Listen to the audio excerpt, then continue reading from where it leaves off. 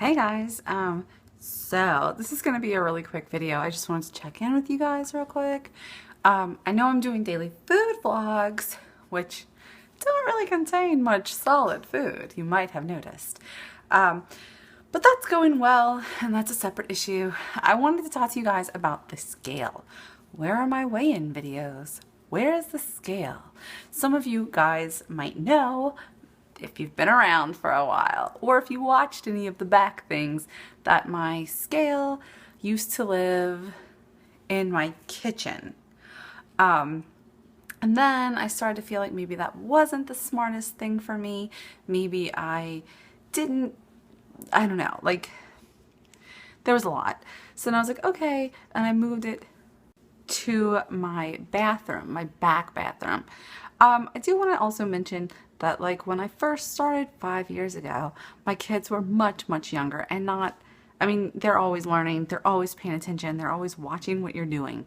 So that's not what I'm saying, but they weren't like as old as they are now, and they weren't as interested as they are now. So I moved them into my bathroom, my back bathroom, not the kid bathroom. And that's where it lived. And that's where I've been taking, well, actually we also had it in our bedroom because we didn't have carpet at the time. So bedroom or bathroom. I do not have a scale in my front bathroom because my children are 11 and 13 and I don't want them getting on it all the time. I don't want them to see a number and freak out. I don't want them to see a number and want to lower it. I don't want them to, like, I just don't want them to have that tool to worry about things. So that's where the scale is. So anyway, because of that, all right, so then it was in our room, and then we got carpet. So then it went into our back bathroom. And currently, and I don't know how much I've talked about this. I think I talked to you guys about the cat being quarantined. Let me know if I haven't told you the ringworm story, if you need to hear the ringworm story, because we have a cat quarantined in our back bathroom, which is hellacious. He is screaming like a mad woman / a cat being murdered constantly. And he kind of sounds like he's turning into a werewolf. It's insane and horrible, and it's constant. And it's going on for another week. Come to find out, I don't actually think he has ringworm, but out of an abundance of precaution and because we have 5 other cats to worry about, he is currently quarantined. That means that the scale and everything that lived in that bathroom came out so that he could go in. And because I won't put the scale in my bathroom in the front or out where the kids can get to it, not that they've showed any interest, but just thought, 11 and 13, I don't want them to get obsessed or to trigger something. So, yeah, they find out what they weigh when we go to the doctor, and then they never think about it again. So that's kind of how I want to keep it.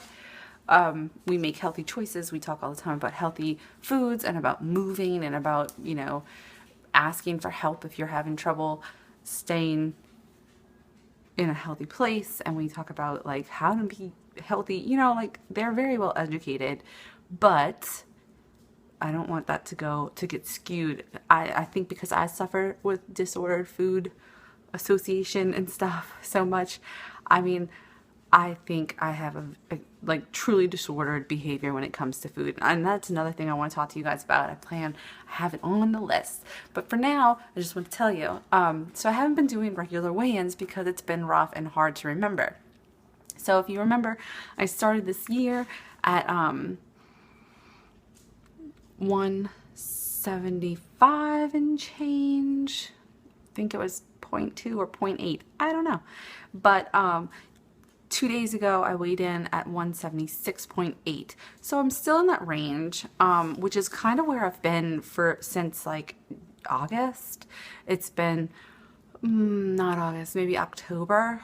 I've been between like, I think I got to 168 and I've been up to like 178, depending on how much I ate, how salty the food was, or how much I moved. The more I move, the more I get out there and sweat, the lower I weigh in the next day. The more I eat, the less I move, and the more salt I have, the higher I weigh in the next day. But 175, it's been about 173 to 176 has been like that sweet spot that I weigh in the most. So I feel like I'm pretty much in the same place. I'm happy with that. I have not really been focusing on eating well. I mean, I've been focusing on not binging and on not eating poorly, but not really eating well. I've had king cake and I've had other things, and so really February is the beginning of me really getting kind of serious about it. And even with that, I'm trying to not, I'm taking off, like I'm not gonna do fast food. That's a no. And I'm taking a lot of things off the table, things that are like trigger foods. But with the new plan going forward, I'm really trying to seek some sort of balance. And I kind of had it like confirmed because I recently got myself off of coffee and I switched myself, and it wasn't because I didn't want coffee. I might have talked to you guys about this. It wasn't because like, oh, I don't want to be drinking coffee, I don't want caffeine. It was because I found that I wasn't very happy with coffee. So I was like, lately I've been needing to add more sweetness to it to drink it. I just don't like it. So I switched to green tea, which I drink without any kind of sweetener. So that's good. And I was like, you know what? I'm just going to have, if I want a really deliciously terrible Starbucks drink, that's what I'll have one day. If I want a gas station coffee, that's what I'll have. But I would rather drink something different and just have what I want every once in a while than continue to be dissatisfied with something that I'm filling with either sugar or chemicals or something to try to make it taste like what I want it to taste like. And I made that decision and told my wife that, and I've been on the green tea and no coffee since Saturday. Saturday we had gas station coffee when we went on our race, and other than that I've been on the green tea.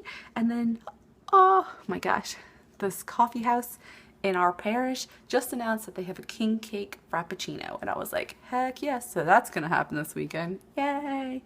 Anyway, so those are the kind of things I'm gonna try to do, is just make it to where it's like stuff that I want and enjoy but don't have to have all the time, and just to try to find balance but also be very aware of addiction behavior and of addictive thinking and just the way that I work. And I feel like I'm getting there.